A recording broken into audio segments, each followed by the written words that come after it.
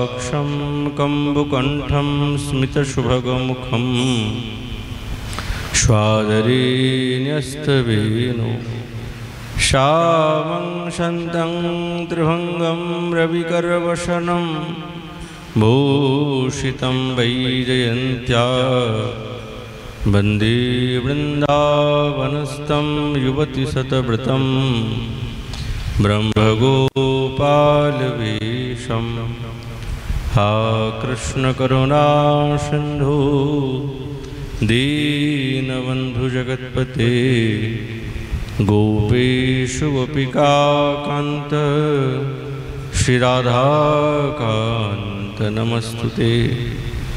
तप्तकाञ्चन गौराङ्गी श्रीराधिवृन्दावनेश्वरी वृषभानुसुतीं देवी तं नमामि हरिप्रिये। नारायणं नमस्कृत्यं नरं चैव नरोत्तमं देवीं सरस्वतीं व्यासं ततो जयमुदीरये। तुलसीकाननं यत्र यत्र पद्मवनानि च पुराणपठनं यत्र तत्र सन्निहितः हरिः। जय रूप सनातन भट्ट रघुनाथ श्रीजीव गोपाल भट्टदास रघुनाथ। এই ছয় গোসাইর করি চরণবন্দন যা হইতে বিঘ্ন নাশবিষ্ট পুরন। বঞ্ছা কল্পতরু ভ্রষ্ট কৃপা সিন্ধুভৈব চ পতিতানাং পাবনেভ্यो শ্রীবৈষ্ণবেভ্यो নমো নমঃ। দুর্গমে প্রতিমেন্ধস্য স্খলদপাদগতির্মোহ स्वकृपादृष्टिदानेन सन्तु सन्तबलम्बनम्।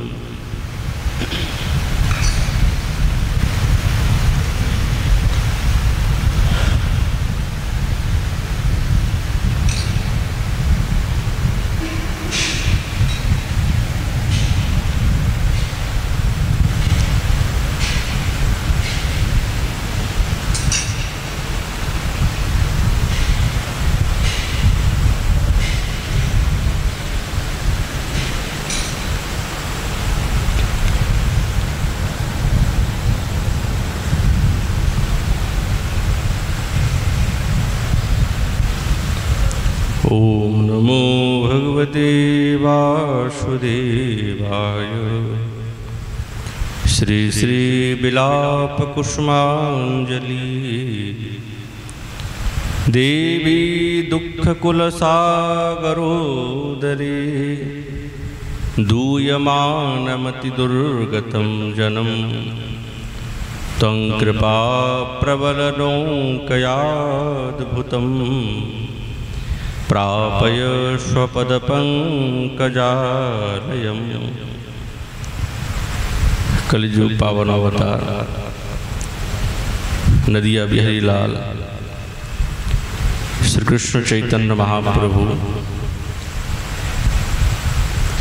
तार अंतरंग प्रिय पार्षद गौड़ी आचार्यवर्ग श्रील श्रीपाद रघुनाथ नाथ गोस्वामी चरण उनार बिलाप कुसुमांजलि ग्रंथरत्ने निरंतर एकेर पर एक बिरह एवं सेई बिरहेर संगे दिव्य लीला स्फूर्ति केमन भावे जे प्रकाश हच्छेन सेटा निरंतर तिनि वर्णना करछेन अद्भुत रूपे। श्रीपादेर भाव যখন তিনি স্বরূপেতে আবিষ্ট হয়ে যান তখন তার দিব্য লীলার অনুভূতি হয়। আর যখন এই লীলার বিশ্রাম সঙ্গে সঙ্গে মনের মধ্যে এক মহা দুঃখের সাগরে এসে উপস্থিত হয়। तो हे ठाकुरानी हे वृंदावनेश्वरी আমি মহা দুঃখরূপী সাগরের মধ্যে পড়ে গেছি, কোনো আশ্রয় খুঁজে পাচ্ছি না। তোমার কৃপারূপী এই নৌকায় তুমি আমাকে ভয়াবহ দুঃখরূপী সাগর থেকে উত্তীর্ণ করে তুমি তোমার শ্রীচরণ প্রান্তে নিয়ে চলো। ওইটাই আমার একমাত্র আশ্রয় ভূমি। আর আমার জীবনে অন্য কোনো আশ্রয় নেই, কোথাও যেতে চাই না।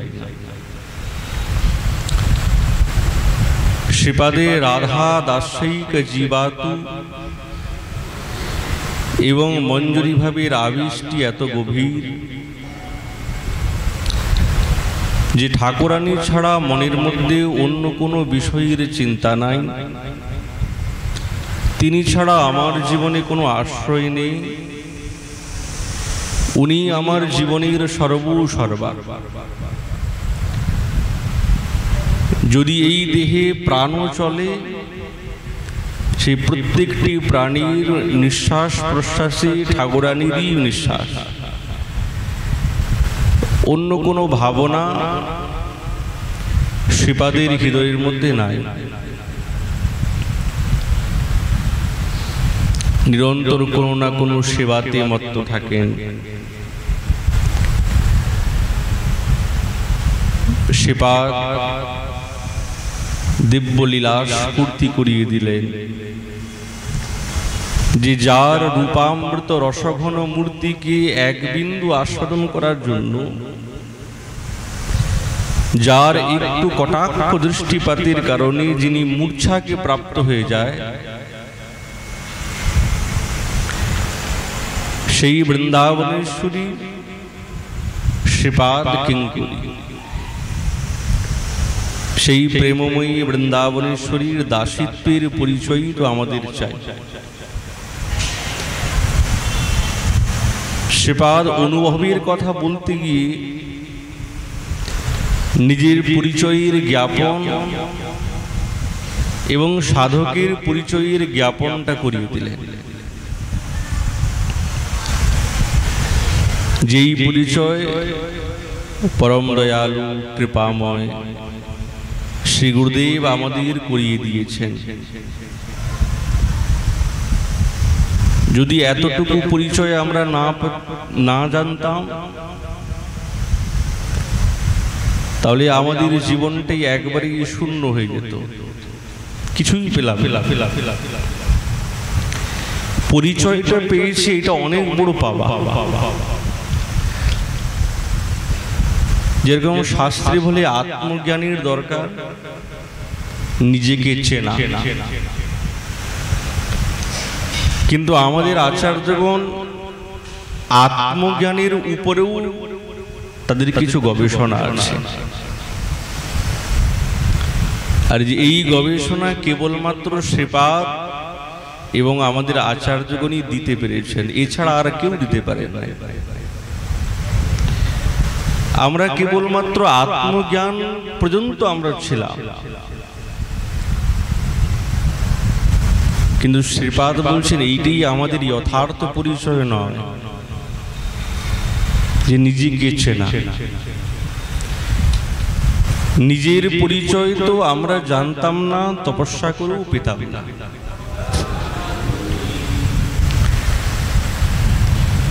সাধনা করেও পেতাম না। এ তো গুরুদেবের দ্বারাই আমাদের প্রতি পরিচয় করিয়ে দেওয়া হলো। আর এই গবেষণা হচ্ছেন সাক্ষাৎ মঞ্জুরি ভবীর সাধনা।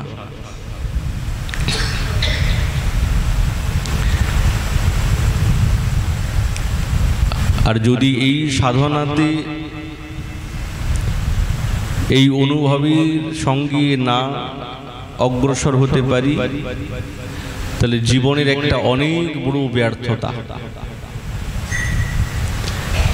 শ্রীপাদ বলছেন ঠাকুরানীর শ্রীচরণ সান্নিধ্য লাভের জন্যই তো মনের মধ্যে এত উৎকণ্ঠা, এত কিছু করা, এত সাধনা। আর ইষ্টদেবী সেই দিকে টেনে নিয়ে যায়।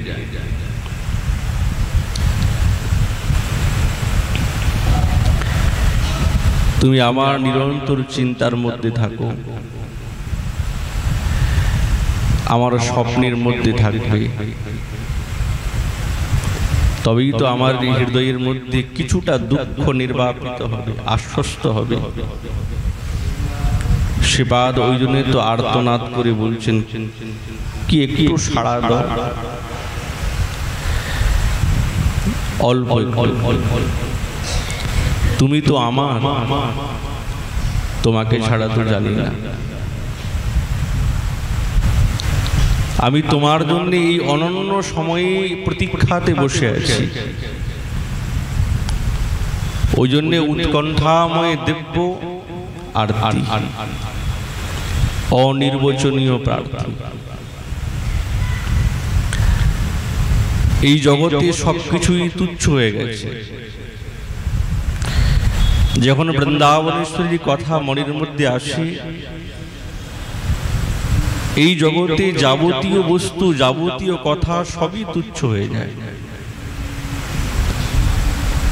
শ্রীপাদ বলছেন, আমার এই জগতে সবই তুচ্ছ, তুমি ছাড়াই সবই তুচ্ছ আমার কাছে। ওনার এক একটি অনুভবের সঙ্গে ফুটে উঠছে। কোন একটা দিব্য অনির্বচনীয় যখন ভক্তি হৃদয়ের মধ্যে উদয় হয়, তখন তার চিত্তে বৃন্দাবনেশ্বরী নখজ্যোতির দ্বারাই উদ্ভাসিত হয়। বৃন্দাবনেশ্বরীর নাম শ্রবণ এবং যারা কীর্তন করেন, যারা বৃন্দাবনেশ্বরীর শ্রীচরণকে নিরন্তর ধ্যান করে, সবসময় গোবিন্দ তার নিকটে বিনা আহ্বানে পৌঁছে যান, ডাকতে হয় না। গোবিন্দকে ডাকতে হবে, হে গোবিন্দ তুমি আসো আমার কাছে। যে বৃন্দাবনেশ্বরী শ্রীচরণ সান্নিধ্যে পৌঁছে গেছে, তারই চিন্তন করে, তাকেই ডাকে, তারই নিজের এই মনোচিন্তনে ধ্যানের মধ্যে নিরন্তর রাখেন। শ্যামসুন্দরকে না ডেকেই পাওয়া যায়, এসে উপস্থিত হন, পান তাকে।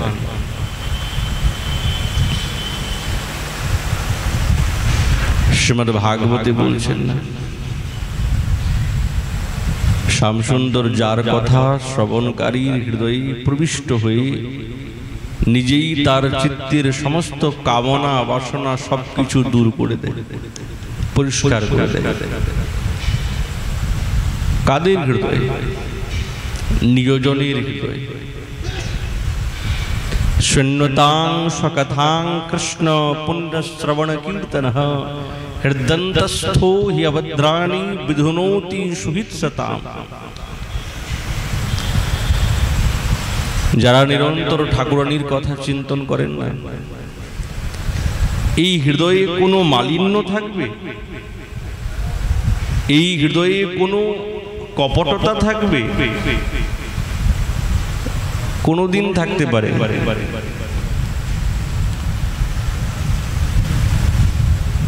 গোবিন্দ তার পিছনে দৌড়াবেন? যার হৃদয়ে মালিন্য থাকবে তার পিছনে কি দৌড়াবেন?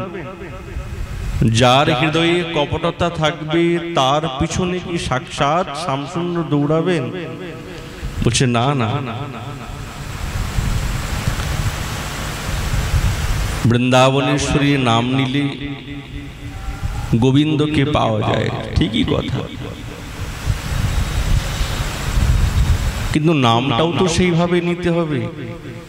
বৃন্দাবনেশ্বরীর কথা চিন্তা করলে নাকি গোবিন্দকে পাওয়া যায়, নিশ্চিত সঠিক কথা, এ তো কোনো মিথ্যা কথা নয়। কিন্তু কেমন ভাবে চিন্তা করতে হবে? ঠাকুরানীকে নিজের ধ্যানপথগত করলে গোবিন্দ তার নিকটে এসে উপস্থিত হন। কিভাবে ধ্যান করতে হবে যে গোবিন্দকে না ডাকলেও তিনি এসে যাবেন?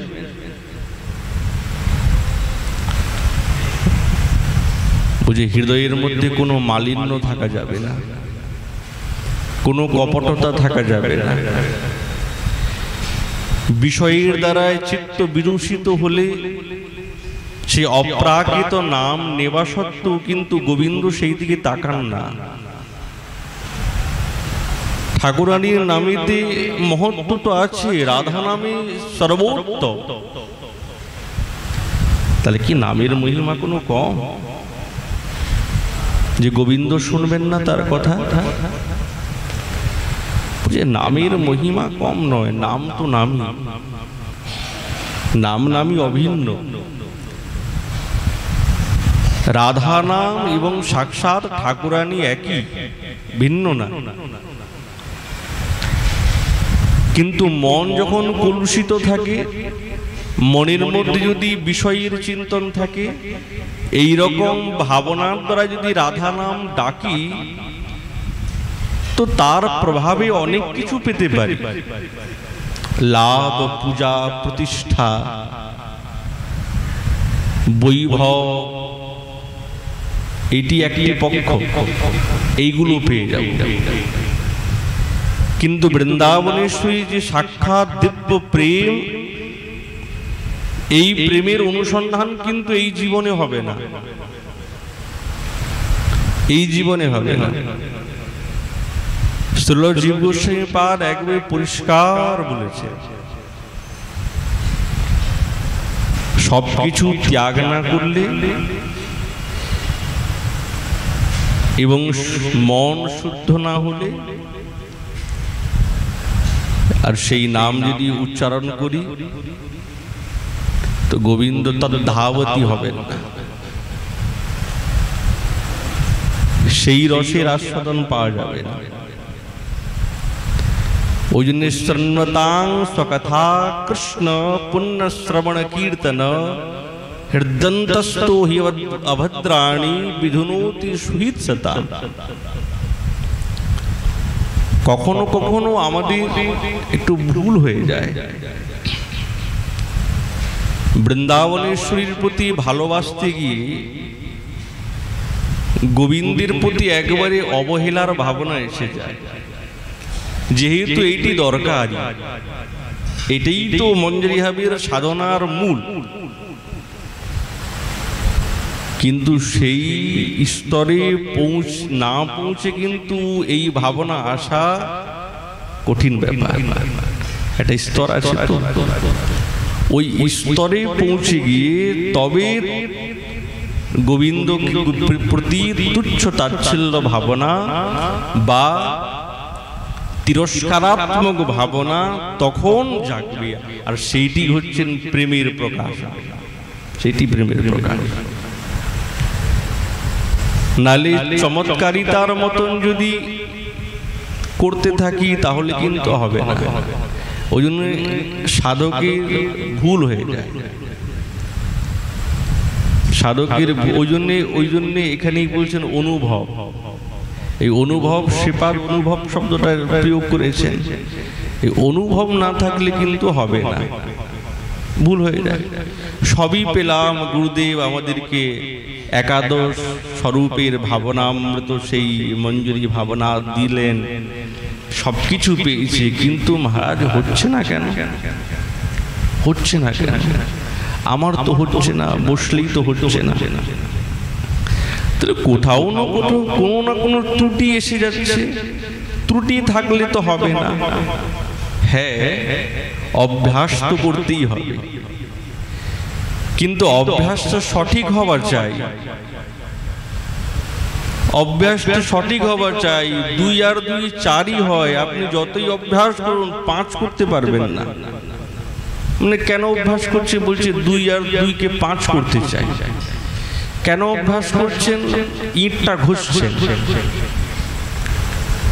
কি করছেন আপনি? বলছে দর্পণ বানাবো, দর্পণ বানাবো।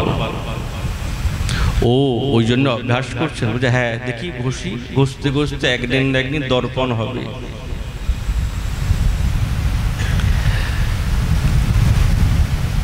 আমাদের শ্রীজীব গোস্বামী পাদ বলছেন ব্যর্থ, একে ব্যর্থ অভ্যাস বলে।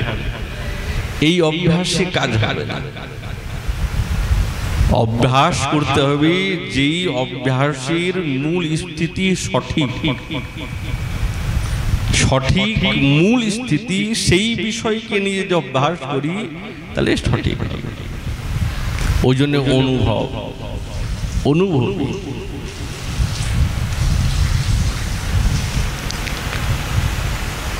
পূর্ণ আত্মসমর্পণ চাই। পূর্ণ আত্মসমর্পণ না হলে হবে না। শিল ঠাকুর মহাশয় বলছেন, রাধিকা চরণ রেণু ভূষণ করিয়া তনু, অনায়াসে পাবে গিরিধারী। রাধিকা চরণাশ্রয় করে সেই মহাশয়, তবে মুই যাও বলিহারি। জয় জয় রাধা নাম, বৃন্দাবন যার ধাম, তারে মুই কৃষ্ণ সুখ বিলাসীর নীতি। তাহলে গোবিন্দকে সুখ দিবার সাক্ষাৎ নিধি কে? না বৃন্দাবনেশ্বরী। হেন রাধা গুণগান, না শুনিল মোর কান, বঞ্চিত করিল মোরে বিধি।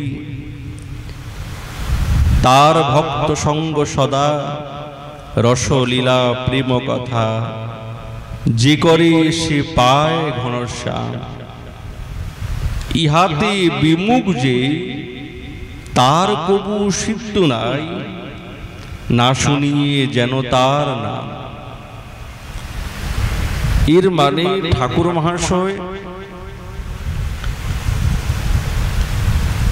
তিনি এতটি ছোট শব্দের মধ্যে সার কথা বলে দিলেন যে ঠাকুরানীকে যদি কেউ না মানে, বৃন্দাবনেশ্বরীকে যদি কেউ না মানে, তার নাম যদি কেউ না নেয়, তাহলে কিন্তু গোবিন্দ তার প্রতি প্রসন্ন হন না, ঘনশ্যামকে পাবে না, গোবিন্দকে পাবে না। তাহলে বৃন্দাবনেশ্বরীর মধ্যে কি এত ক্ষমতা আছে? বলছে হ্যাঁ, ক্ষমতা আছে। মানে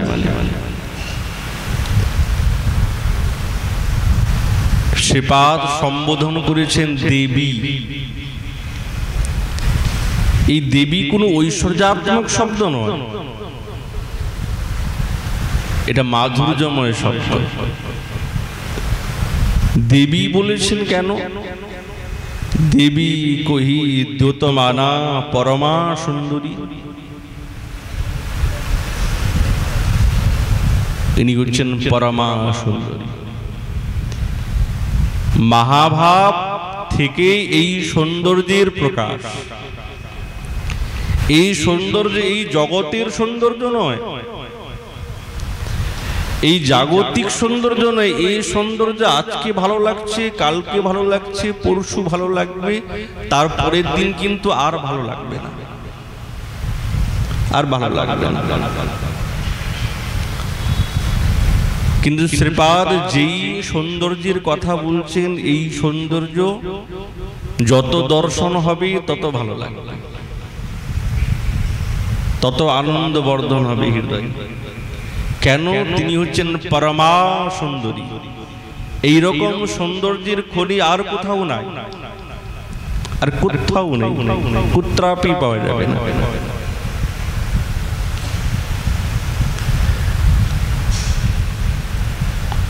ওই জন্যে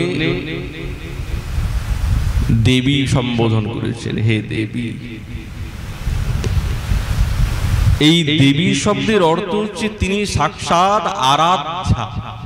দেব ক্রীড়া বিজিগীষায়া, ক্রীড়ার্থে দিবুধা। ওই জন্য তিনি হচ্ছেন আরাধ্যা। আর যদি দেব করি, যদি গোবিন্দকে বলি হে দেব, তাহলে তিনি কে? তিনি সাক্ষাৎ আরাধ্য।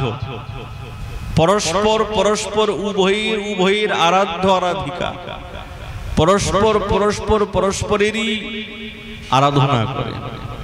যেরকম বৃন্দাবনেশ্বরী গোবিন্দের আরাধনা করেন, সেই রকম শ্যামসুন্দরও বৃন্দাবনেশ্বরীর আরাধনা করেন। ওই জন্য ইনি হচ্ছেন দেব আর উনি হচ্ছেন দেবী। কিন্তু হ্যাঁ, গোবিন্দের আরাধনার থেকে বৃন্দাবনেশ্বরীর আরাধনা অনেক ঊর্ধ্বে, অনেক ঊর্ধ্বে। এ তো গোবিন্দ তিনি বৃন্দাবনেশ্বরী কেমন ভাবে আরাধনা করেন সেই রসকে কিঞ্চিত আস্বাদন করেন বলে তিনি আরাধনের অভ্যাস করছেন। শ্রীপাদ ছিল রূপ গোস্বামী চরণ বলছেন, গোবিন্দ যে দেব হয়েছেন না, তিনি হচ্ছেন বৃন্দাবনেশ্বরীর ওই যে প্রেমের বা আরাধনের বিষয়টাকে আস্বাদন করার জন্য তিনি একটু চাকতে চেয়েছেন। কেমন করছেন, কেমন অদ্ভুত আরাধনা, এরকম তো দেখা দেখা। ওই জন্য তিনি হচ্ছেন দেবী। কৃষ্ণ ক্রীড়া পূজার বসতি নগরী। গোবিন্দের দিব্য লীলা চাতুরীর হচ্ছেন নগরী সাক্ষাৎ বৃন্দাবনেশ্বরী, আর কেউ না। যেহেতু অনেক প্রেয়সীগণ আছে, অনেক অনেক গোপীগণ আছে, কেউ কম নয়, কিন্তু বৃন্দাবনেশ্বরী একমাত্র এই দিব্য এই লীলারূপী ক্রীড়ার অন্তর্ক্রীড়ার একমাত্র অধিকরণ, একমাত্র আধার। অন্য কোনো আধারে গোবিন্দের এই দিব্য ক্রীড়ার এবং এই দিব্য লীলার স্থিতি নাই। আর কোথাও এত গোপী, কেউ কম নয়, কেউ কারোর সঙ্গে কম নয়। কি চন্দ্রাবলী কম? না না, কম নয়। কিন্তু রাধা ঠাকুরানী তিনি একমাত্র ক্রীড়ার নগতি এবং বসতি। ওখানেই তিনি নিরন্তর বসে থাকেন, সেখানেই মনটা সন্তুষ্ট হয়। আর কোথাও বৃন্দাবনেশ্বরী অঙ্গকান্তিতেই তো একবারে গোবিন্দ আত্মহারা। সেই রূপ দর্শন করে, রূপামৃত আস্বাদন করে, যব গোধূলি সময় বেলি, ধ্বনি মন্দির বাহির ভেলি। গোধূলি লগ্নে গোবিন্দ বলছেন যে কোন দিব্য রূপবতীকে দেখলাম। কেমন রূপ? নব জলধরি বিজুরি রেহা। যেন মনে হচ্ছে আকাশে নবজলধর মেঘ ছেয়েছে, আর তার মধ্যে বিদ্যুতের রেখার মতন এমন দিব্য রূপবান রূপবতীকে দেখলাম। দ্বন্দ্ব বাড়াইয়া গেলি।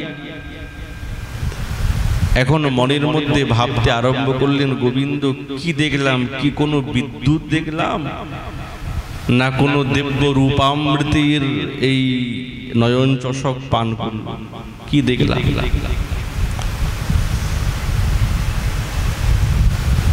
মধুমঙ্গল বলছে, কি দেখলে? বুঝতে পারছি না তো।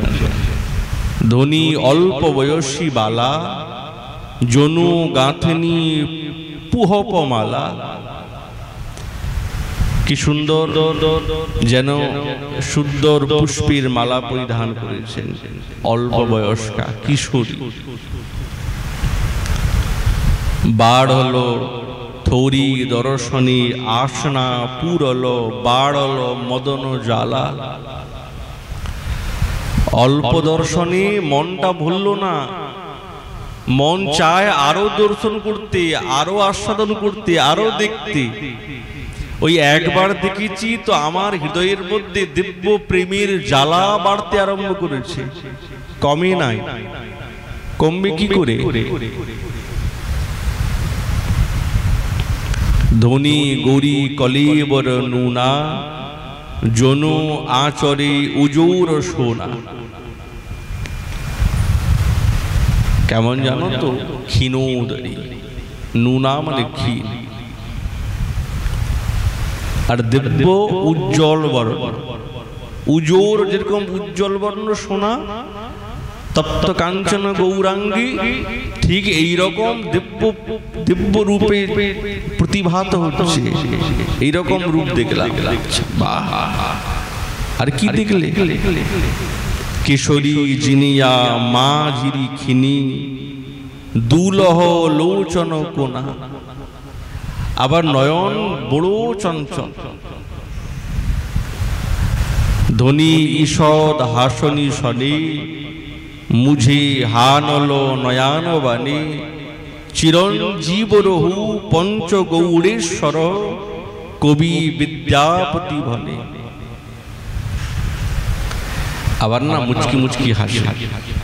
একবার হাসিটা দেখেছি না, ব্যাস আমার মন প্রাণ কেড়ে নিয়েছে, আর স্থির থাকতে পারছে না। এবার কি হবে বলো তো?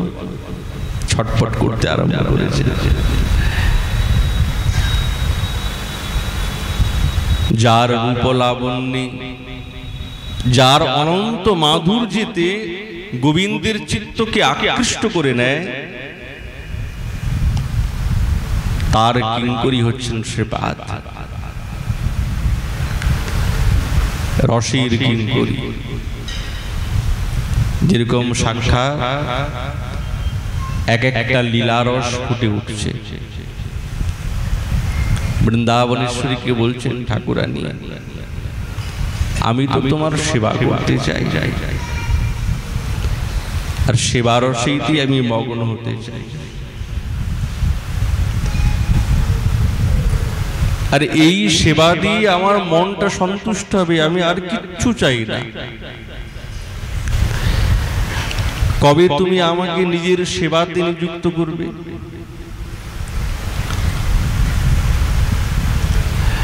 বৃন্দাবনেশ্বরী সংকেত বাটিকাতে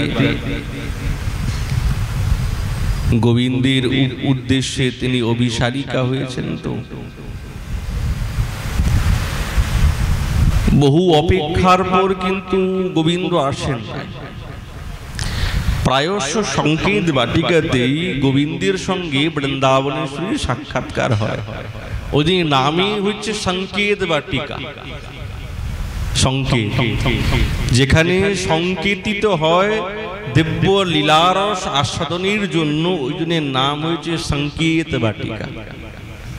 দেখা তো ইতিপূর্বে হয়েছে, কোথায় সাক্ষাৎ হবে তো কোনো গোপী সংকেত করেছে যে এইখানে। তো ঠাকুরানী খুব অপেক্ষা করেছেন সংকেত বাটিকাতে, কিন্তু কিছুতেই গোবিন্দ আসেন নাই। সারা রাত ওই চন্দ্রাবলীর কুঞ্জে কাটিয়েছেন। এখন বৃন্দাবনেশ্বরী কিঙ্করীকে ডেকেছেন, দেখো না কোথায়। ঠাকুরানীর বিরহ দেখে কিঙ্করীর মন উদাস হয়ে গেছে, ছটফট করছেন যে আমার তো উদ্দেশ্য সেবা করব, গোবিন্দকে কোথায় অন্বেষণ করা যায়, কোথায় পাবো, সে কোথায় আছে?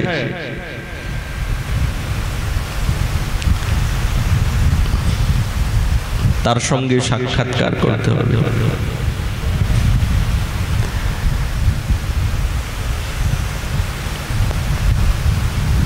যেহেতু তিনি হচ্ছেন বৃন্দাবনেশ্বরীর অভিন্ন প্রাণা, গোবিন্দ তো অপরাধ করেছে,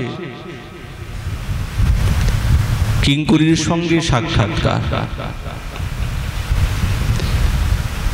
তিনি জানেন যে এই কিঙ্করী ছাড়া আমার কোনো উপায় নাই, আমার কোনো উপায় নাই। যেই রকম রাধা ঠাকুরানী কিঙ্করী শরণাপন্না হন, সেরকম গোবিন্দ কিঙ্করী শরণাপন্ন হন। ইনি একজন যিনি পরস্পর পরস্পর যুগলীর মিলন করিয়ে দিতে পারে, লীলাকে বিস্তার করে। ওই জন্য আজ নিরুপায় হয়ে বুঝতে পেরে গেছেন বৃন্দাবনেশ্বরী যখন তাকে বিতাড়িত করলেন, কুঞ্জে প্রবেশ করতে দিলেন না, তার বক্রোক্তি গোবিন্দ মনে মনে ভাবছেন আজ বুঝি উপায় নেই, এত ভৎসনা, এই ভৎসনা নিজেকে অপরাধী মনে করলেন না, অনুনয় করলেন অনেক, কিন্তু এই অনুনয়ে তো কিছুই হলো না। কিছুতেই বৃন্দাবনেশ্বরীর মান প্রশমিত হলো না, উপরন্তু যতটা সময় উনি আছেন আরো মান বাড়ছে। কখনো কখনো কি হয় জানেন তো, যে নায়ক নিকটে থাকলে মানটা প্রশমিত হয়ে যায়, আর কখনো কখনো এমন মান আছে যার কারণে মান হয়েছে, সে যতক্ষণ থাকবে ততটা আরো মান বাড়তে থাকে। দেখুন গোবিন্দ যত নিকটে আসেন, যত ভৎসনা করছেন, উনি যখন যাচ্ছেন না তো ঠাকুরানীর মান ধীরে ধীরে খুব গম্ভীর রূপ ধারণ করছে। গোবিন্দ মনে মনে ভাবছে আর থাকা যাবে না, এবার থাকলেই বিপদ, কোনো অন্য ব্যবস্থা করতে হবে। তিনি তো বিদগ্ধ, কোথায় গেলে কি ব্যবস্থা হবে এই বিষয়ে তিনি খুব পারদর্শী। কিঙ্করী তো আছেন বৃন্দাবনেশ্বরীর স্বামিনীর দুঃখেতে দুঃখী, তার সুখেতে সুখী। আজ ঠাকুরানীর এতটা দুঃখ হয়েছে তো কিঙ্করীরও দুঃখ হয়েছে, যেহেতু তিনি অভিন্ন প্রাণা। শ্যামসুন্দর ভাবলেন হ্যাঁ, এই কিঙ্করীকে ধরি, কিঙ্করীর কাছে শরণাপন্ন হয়েছেন, করজোড়ে বলছেন, কত চাটু বাক্য, কত প্রার্থনা, কত আরতি, কিন্তু এত কিছু বলার সত্ত্বেও কিঙ্করীর মন কিন্তু গলছে না। হায় হায়, যার স্তুতিতে অনন্ত কোটি ব্রহ্মাণ্ডের দেবনায়ক ঋষিগণ, মুনিগণ, গন্ধর্বগণ যার স্তুতি করে থাকেন, আজ তিনি সাক্ষাৎ কিঙ্করীর কাছে স্তুতি করছেন, বন্দনা করছেন, প্রার্থনা করছেন করজোড়ে। কেন? যে আজ ঠাকুরানীর সঙ্গ প্রাপ্ত করতে চান, তিনি অপরাধী। বৃন্দাবনেশ্বরী প্রসাদ কামনায় আজ গোবিন্দ কিঙ্করীর কাছে নিরন্তর চাটু বাক্যে প্রার্থনা করছেন, কিঙ্করীর মন বলছে না। কিঙ্করী বল, শোনো, তুমি হাতটা জোর টোড় আমাকে করবে না, আর অত আমাকে তোমার এই মিষ্টি মিষ্টি কথা বললে আমি বুঝে যাব তুমি যে কেমন, আমার জানতে একটু মাত্র বাকি নেই, আমি সব জানি তোমার কীর্তি কি। তুমি সারা রাত ওই চন্দ্রাবলীর সখীর কুঞ্জে গল্প করে, আর এখন তুমি এসে আমাকে ধরছো যে আমার কাজটা করে দাও। খবরদার, তুমি আমার সামনে থাকবে। গোবিন্দ মনে মনে ভাবছেন তুমি ছাড়া তো আর হবে না, তুমি একাকিনী আমার ঠাকুরানীকে সারা রাত বসে বসে কেঁদেছে, আর তুমি এমন ভাবে বললে আসবো, আর তুমি সারা রাত নিশি যাপন করে এসেছো অন্য কুঞ্জে। লজ্জা করে না তোমার? লম্পট তুমি। এখন যতই যা বলুন, গোবিন্দ করজোড় করেই দাঁড়িয়ে আছে। আচ্ছা তুমি তো জানো আমি তো অপরাধী, তুমি যদি আমার প্রতি রুষ্ট হয়ে যাও তাহলে কিন্তু আমার কার্য সিদ্ধি হবে না। কিঙ্করী রুষ্ট হয়ে গেলে কিন্তু কার্য সিদ্ধি হবে না। বহুশশ্চাটুনি বৃন্দাটপি কন্দর্প পৃচ্ছতে কুরুতে। বহু চাটু বাক্য বলছেন করজোড়ে, তোমার দ্বারাই সব কাজ হবে, আজ তুমি আমার এই কাজটা করে দাও। কি করা যেতে পারে বলো বলো বলো বলো। কিঙ্করী বলছেন, তোমার অপরাধ তো কম নয়। তোমার অপরাধ কম কি? তোমার অপরাধটাও তো অনেক বেশি, অনেক বেশি। তো তার ফল ভোগ করতে হবে না তোমাকে? এই জগতে শাস্ত্রে বলে যে যত অপরাধ করেছে তাকে ততটা ফল ভোগ করতে হয়। তুমি অপরাধী, তো তোমাকে ফল ভোগ করতে হবে।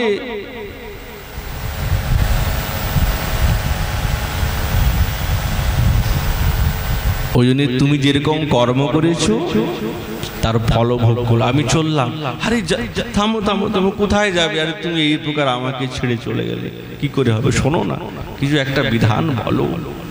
জানি আমি অপরাধ করেছি, অপরাধী নায়ক।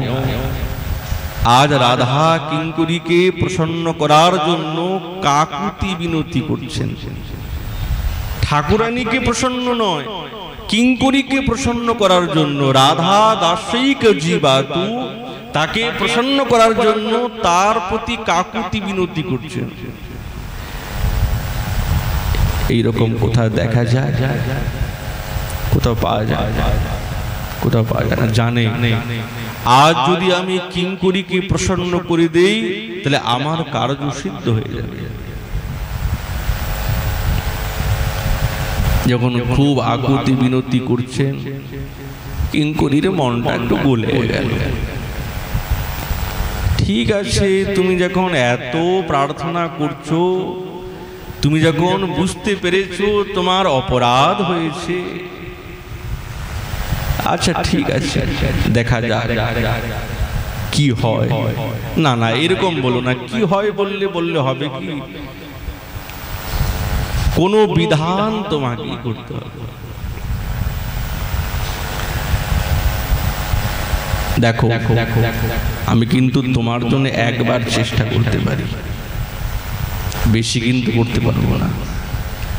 ঠাকুরানী খুব ক্রোধে আছে, তার সামনে যাওয়াই বড় কঠিন ব্যাপার।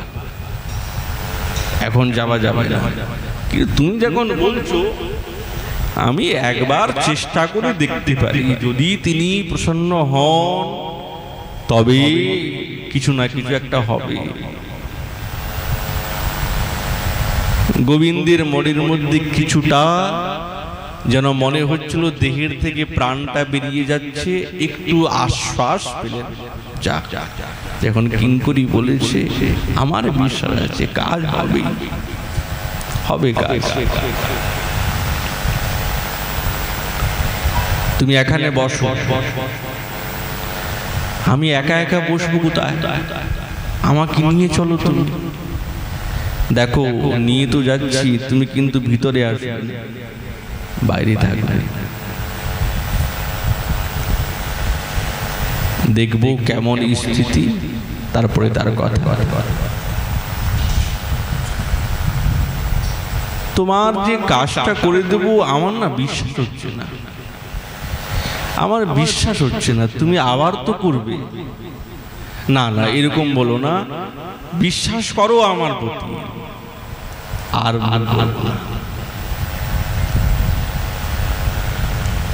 তুমি যেই প্রকার মিথ্যাবাদী, তুমি কথায় কথায় মিথ্যা কথা বলো, আমার জানা আছে।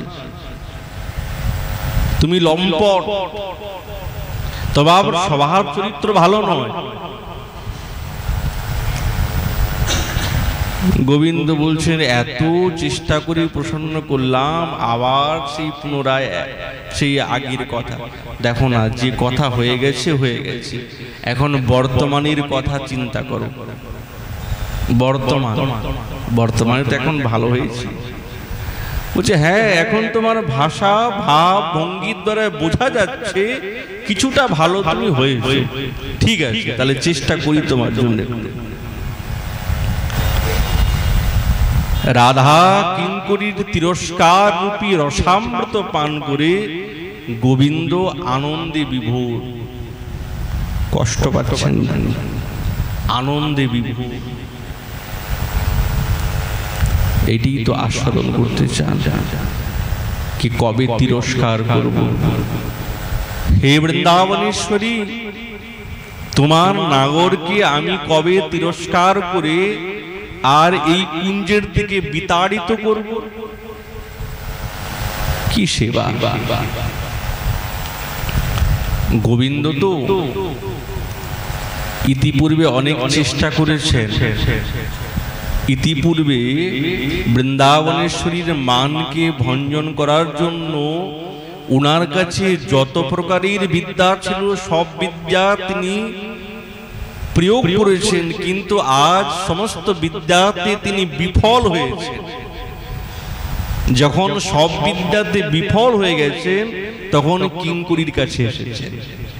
কি কি বিদ্যা জানেন তো? যখন বৃন্দাবনেশ্বরী উনাকে বের করে দিয়েছেন, সখীগণ হাত টেনে বের করে, তুমি খবরদার ঢুকবেন, বেরাও, এই আশেপাশে কুঞ্জের আশেপাশে যাতে তোমাকে না দেখতে পাই, এইভাবে বিতাড়িত।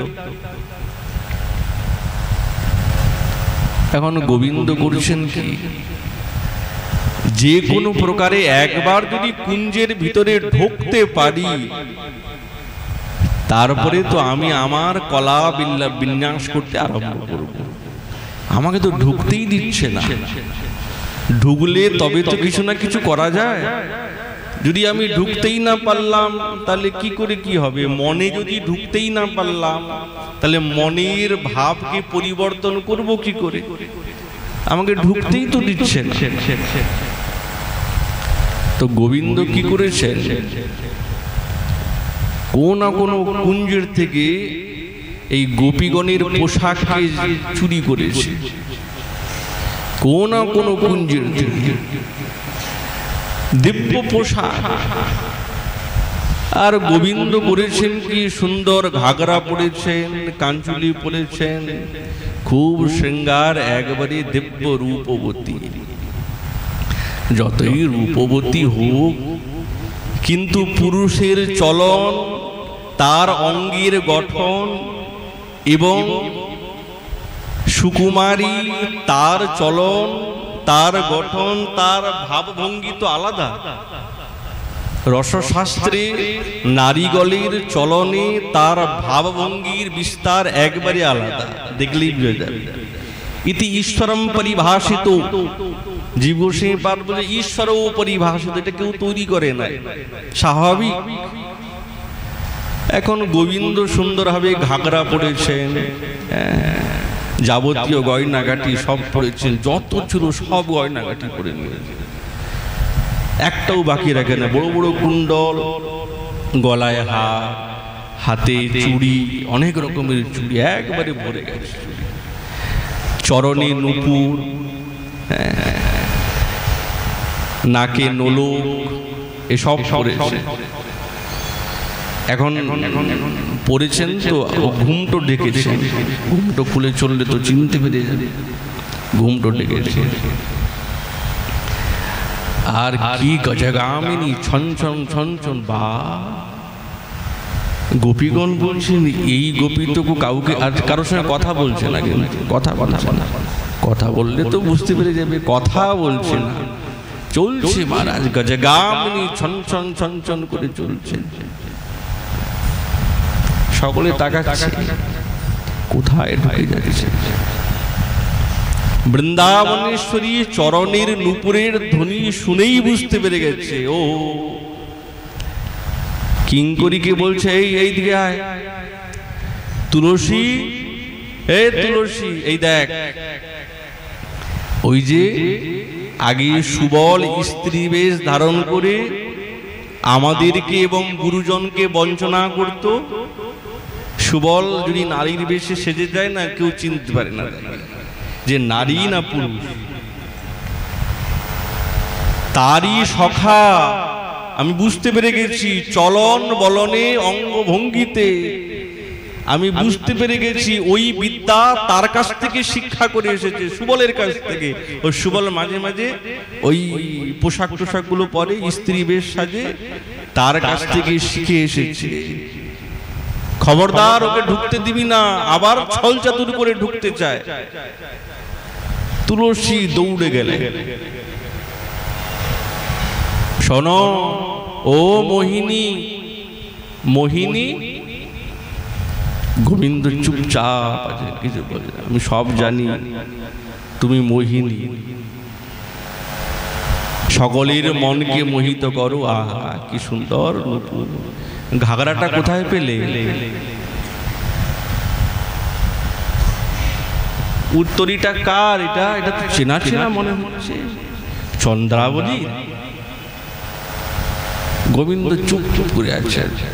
সর্বনাশ, আজ যে কি হবে আমার সঙ্গে?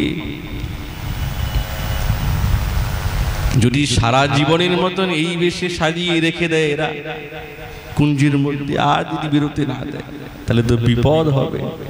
তো আগেই পদ একটা খুঁজে বের করেছেন, দৌড়ে ওই দিক দিয়ে পালিয়ে যাব।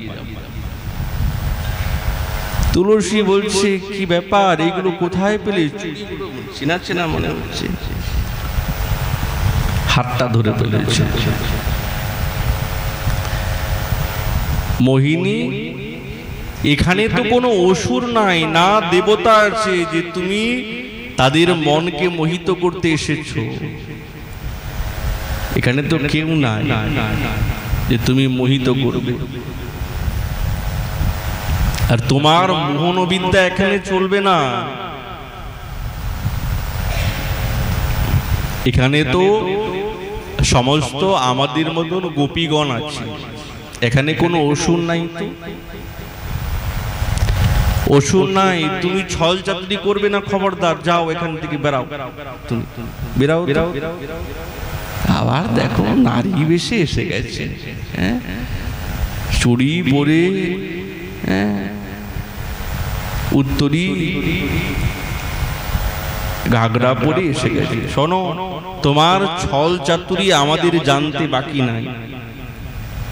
তোমার এই ছল চাতুরিতে আমাদের ঠাকুরানীর মান প্রশমিত হবে না, যাও তো। গোবিন্দ আর কি করবে? আজ আমার এই বেশটাও পরাস্ত হয়ে গেছে। তাহলে এর দ্বারা এটি প্রমাণিত হয় যে কোন রূপে ঠাকুরানীর মনকে এবং গোপীগণের মনকে মোহিত করা যাবে না, কোন রূপেতে মোহিত করা যাবে না। বসে না না না, তারা তো নবকিশোর নটবরের রূপেতেই মোহিত হয়, আর কিছু চায় না। এবার তো ঠাকুরানীর মান আরো বেশি বেড়ে গেছে। এই ছল চাতুরি যখন দেখেছি না, আরো বেশি বেড়ে গেছে। কমবে কি, বেড়ে গেল। তখনই কিঙ্করীর শরণাপন্ন, তুমি ছাড়া আর কোনো উপায় নেই, তুমি কোনো বিধান করো। তখন গোপীগণ বলছে ঠিক আছে, দেখছি, কিঙ্করী, চেষ্টা করি, যদি কিছু হয়, যদি কিছু হয় তবে হবে। এখন কিঙ্করী মনে মনে ভাবছেন মিলন তো করাতে হবে, মিলন না করালে তো হয় না। তিনি বলছে শোনো, তুমি আমার সঙ্গে এসো। এখন আর নারী বেশ নাই, এখন পীতাম্বরধারী। কিঙ্করীর পিছনে পিছনে আসছে। এখানে থামো, এখানে দাঁড়াও, দেখি ভিতরে গিয়ে কি। যেরকম অবস্থা হবে আমি তোমাকে ইশারা করব, ইঙ্গিত করব, তুমি দৌড়ে আসবে কিন্তু। হ্যাঁ হ্যাঁ হ্যাঁ, গোবিন্দের পলক নেই, কেবল ওই দিকেই পলক আছে। কিঙ্করী কি বলছে শুনতে তো পারছে না, দূরেতে মনটা আকুল পাকুল করছে। কি বলছে, কি আমার কার্যটা হবে কি হবে না।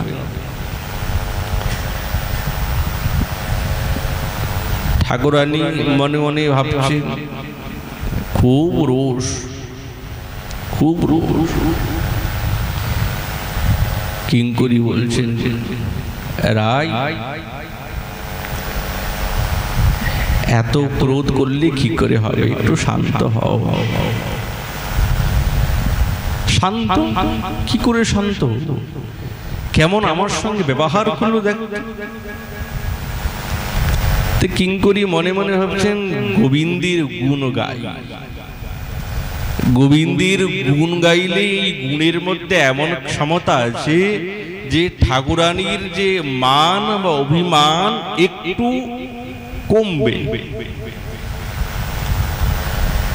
কিঙ্করী গান গাইতে তার রূপের কথা বলতে আরম্ভ করলেন। রমণী মোহন রমণী মোহিতে, সেদিনে করল বেশ, চূড়ার ঢালনি কিবাসে বান্ধবী, বিচিত্র সুচারু কেশ,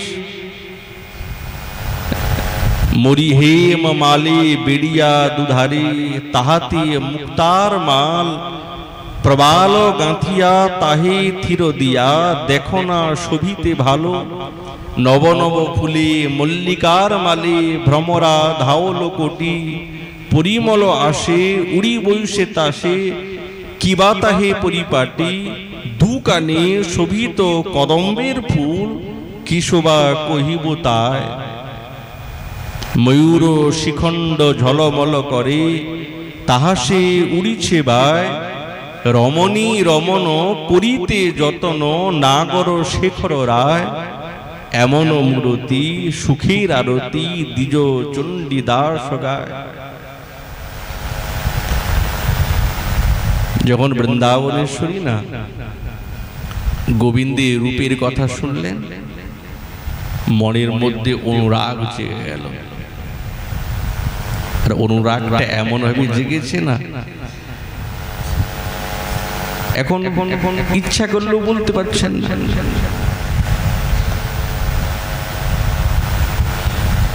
কিঙ্করী বলছে, দেখো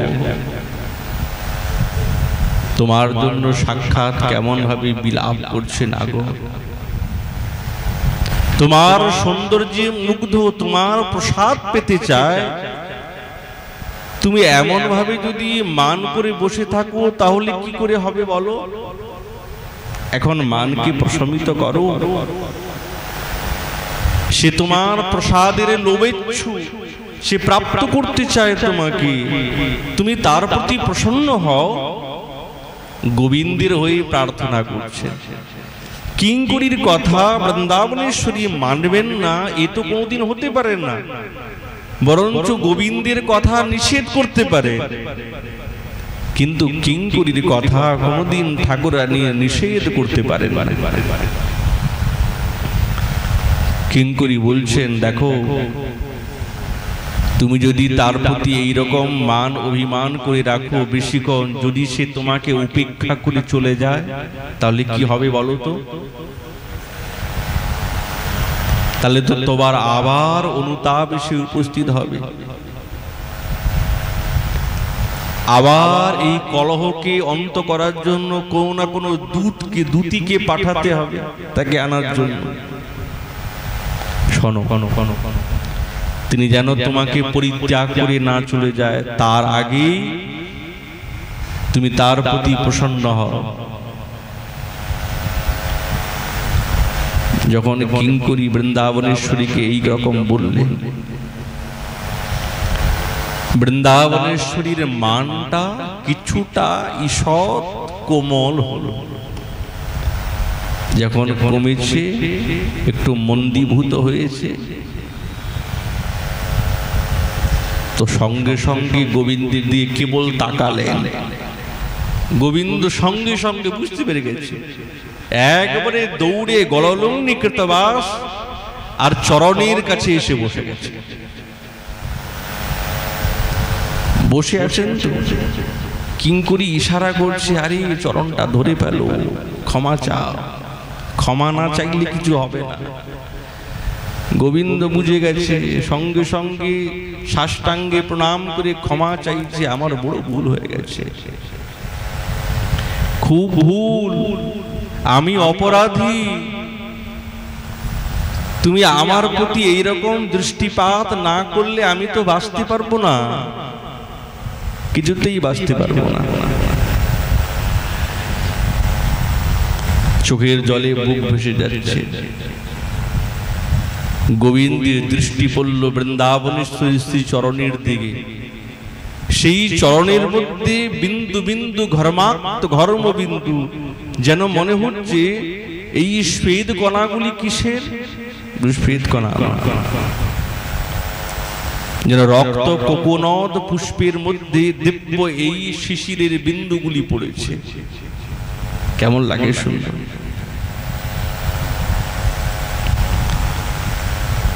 কিঙ্কুরি দেখছেন শ্যামসুন্দরী অনুরাগ ভরা দৃষ্টি দেখে ভাবছেন কৃষ্ণের অনুরাগী হচ্ছেন সাক্ষাৎ বৃন্দাবনের শ্রী চরণে ওই বিন্দু বিন্দু রূপী ভাব প্রকাশ পেয়েছে। আর এই চরণ গোবিন্দের একমাত্র সম্পদ, ঠাকুরানীর শ্রীচরণ একমাত্র তার সম্পদ, যেটি তাকে সান্দ্রানন্দ ঘনীভূতকে প্রাপ্ত করায়। সাধারণ আনন্দ নয়, সান্দ্রানন্দ, চরম আনন্দকে প্রাপ্ত করায়। এই পরদ্বন্দ্ব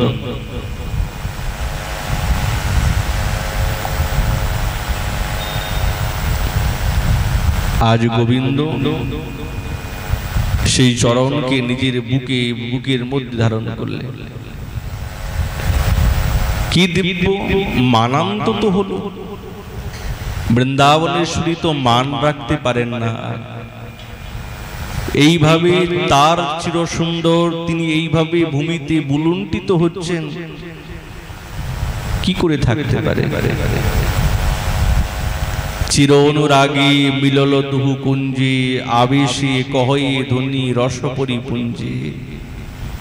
বসে আছেন তো বলছেন পরস্পর পরস্পর, বন্ধু কি বলিব তোরে, কি বলবো তোমাকে? তোমা বিনে দেখি মুই সব অন্ধকারে, পেয়েছি তোমারে বন্ধু না ছাড়িব আর। যে বলু সে বলু মোরে লোকে দুরাচার, এক তিল না দেখিলে মরমেতে মরি। সেজ বিছাইয়া কাঁদি জাগিয়ে সর্বরি, হিয়ার মাজারি থুব বসতি ঝাঁপিয়া। রাম কহে রাই দৃঢ় করি হিয়া। কেবল কি বৃন্দাবনেশ্বরী বলছেন? গোবিন্দ তো বলছেন। গোবিন্দ বলছেন, রায় আমি কিন্তু তোমাকে ছাড়া, তোমার কথা ছাড়া, তোমার রূপের কথা ছাড়া আর কিছু ভাবি না। তুমি আমার সব। মিলনের পর আত্মসমর্পণ অবশ্য প্রয়োজন, না থাকলে মিলন হবে কি করে? রায় বোলহ করিব কি, তিলেক তোমার পরশ না পাইলে সেই ক্ষণে নাহি জি। এক ক্ষণকাল যদি তোমার সেই অঙ্গের স্পর্শ যদি আমি না পাই, এই দেহেতে প্রাণ থাকে না, বাঁচতে পারি না আমি।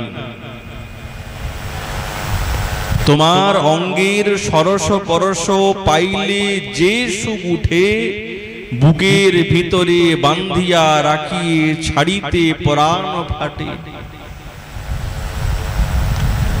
সেই সুখের অনুভব নিরন্তর করতে থাকি, ভুলি না, আমি ভুলি না। বিহি নিদারুণ করি লেক ভিন তোমাহেন গুণনিধি। অমুক দেখিয়া হৃদয় উল্লাস হয়ে সকলই পাইনু সিধি। হেন লয়ে মনে প্রবেশিব বনে, তোমায় ডাকিব বুকে। তোমাকে নিরন্তর ডাকব, তোমারই কথা তো ভাবি, তোমার কথাই চিন্তা করি। তুমি ছাড়া আমার কেউ নেই।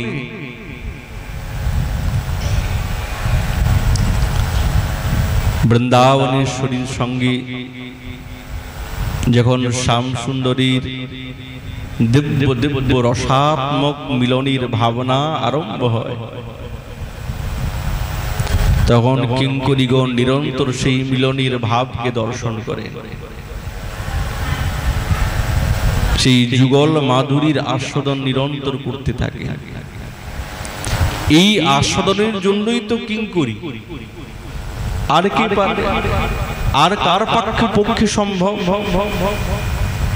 দেখো দেখো রাধা মাধব মুরি রুতিরনমান বিরামক জৈছন চরণত তপন কুশারী হরিমুখ হেরইতে সুমুখী অবাঞ্ছয়ে চাহনি কুটুলহি ভাতি গদ গদ বচন অসূয়া কছু সুচন ততহি মনোমথি মাতি।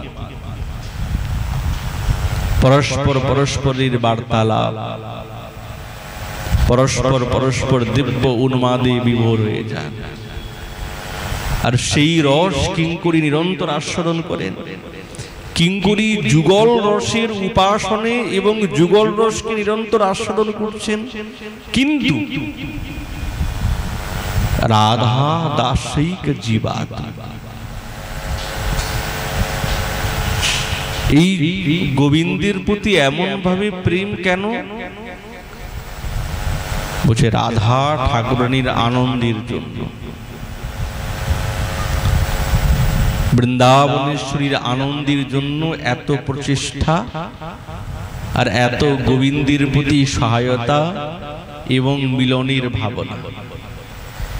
যদি ঠাকুরানীর সুখ না হতো, এটি তো সেবা, এই সেবা যে গোবিন্দের সঙ্গে বৃন্দাবনেশ্বরীর দিব্য মিলন করিয়ে দেওয়া,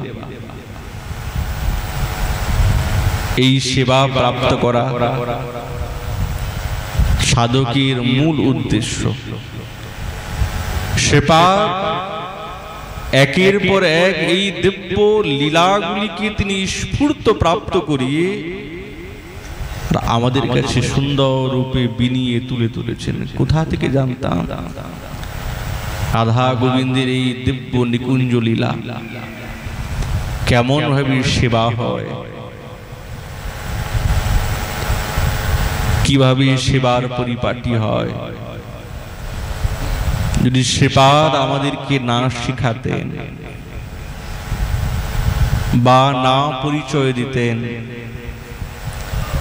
বা সেই অনুভবের বিন্দু যদি আমাদের হৃদয়ে সঞ্চার না করতেন, তো এই রসের অনুভূতি অনুভব হৃদয়ে তো কোনোদিন জাগত না, কোনোদিন জাগত। ওই জন্য নিরন্তর সেবার যখন একটা লীলা স্ফূর্তি হয়েছে আর লীলার যখন বিরাম, তখন আর্তনাদে চিৎকার করছেন। এই লীলাটি তিনি স্ফূর্তিতে দেখলেন, স্বরূপের স্ফূর্তিতে, মঞ্জুরি ভাবের স্ফূর্তিতে ভাবছেন আমি তুলসী তো। আর যখনই স্বরূপের ধারাটা ভেঙে গেল, তখন দেখছেন যে কেউ তো নাই, কিছুই তো দেখতে পাচ্ছি না, কই সেবা, ঠাকুরানী আমাকে তো দর্শন দিলেন না। তখন আর্তস্বরে চিৎকার করছেন, হা বৃন্দাবনেশ্বরী, হে ঠাকুরানী, হে দেবী, তোমার অদর্শন, তোমার সেবা থেকে বিরত হয়ে আমি এই মহা দুঃখ রূপী সাগরের মধ্যে পড়ে ছটফট করছি। তুমি আমাকে নিজের চরণ প্রান্তে নিয়ে চলো, তোমার চরণ ছাড়া তো আমার কোনো উপায় নেই। ওটাই আমার সারা, ওটাই তো চাই। সে নিরন্তর নিজের অনুভবের সঙ্গে সেই বিলাপের কথা বলছেন। এই বলে আমাদের ভাগবতী কথা এখানে বিশ্রাম। মহাপুরুষকে পাহলে আগামীকাল আবার এই বিষয় আলোচনা হবে। সকলে বাল্যভোগ নিয়ে যাবেন।